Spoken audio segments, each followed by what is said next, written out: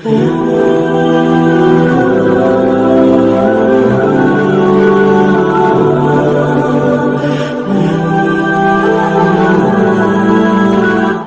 آپ کو ایمان اور یقین حاصل ہو تو پھر دعا کریں اللہ اس پر استقامت عطا فرمائے، پھر اس پہ ڈٹ جائے۔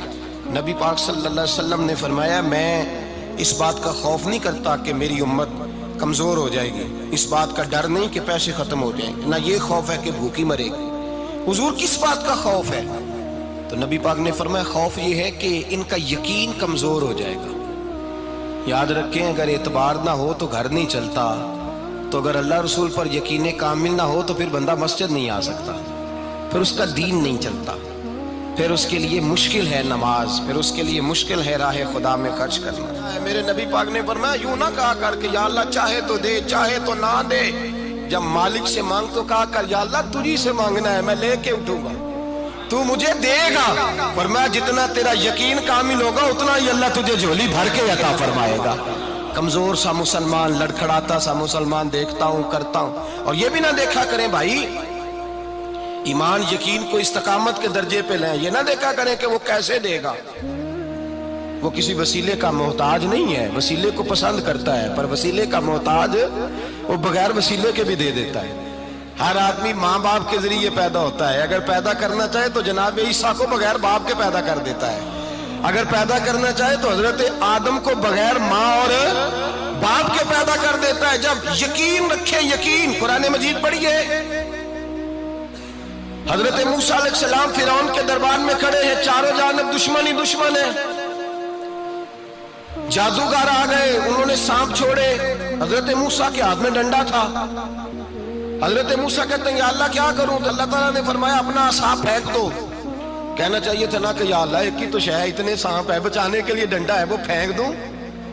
ڈنڈا پھینکا جاتا ہے، سانپ کو دیکھ کر کے قابو کیا جاتا ہے۔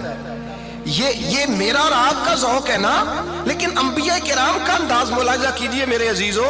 اللہ فرماتے ہیں ڈنڈا اے موسیٰ ڈال دے اپنا عصا، پہلے نہیں فرمایا کہ سانپ بن جائے گا، فرمایا بس تو ڈال دے۔ میں اور آپ ہوتے ہیں تو سانپ سامنے ہے، ڈنڈا ہاتھ میں ہے، ہم کہیں گے عجیب بات ہے، یہی تو دفاع کی چیز ہے، اسی کو ڈال دوں تو بچوں گا کیسے؟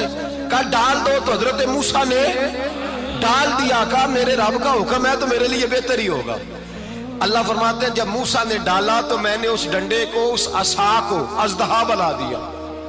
اب کبھی عصا بھی اژدہا بنے، کبھی چھڑی بھی بہت بڑا اژدہا بنی ہے، لیکن قرآن کہتا ہے جناب موسیٰ نے ڈالا تو اللہ نے اژدہا، بلکہ اس سے پیچھے چلیے، عورتیں کمزور یقین کی ہوتی ہیں نا، جناب موسیٰ پیدا ہوئے تو اللہ فرماتے ہیں میں نے موسیٰ کی ماں کے دل میں بات ڈالی، ماں کے دل میں صندوق میں ڈال کے تو اس کو دریا میں بہا دے۔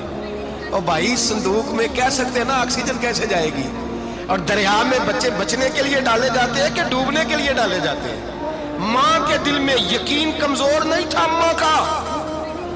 انبیاء کے ماں باپ موحد ہوتے ہیں، دین کو ماننے والے، ماں کے دل میں اللہ نے بات، اللہ قرآن میں کہتے ہیں میں نے وحی کی، میں نے القاء کیا، میں نے بات ڈالی۔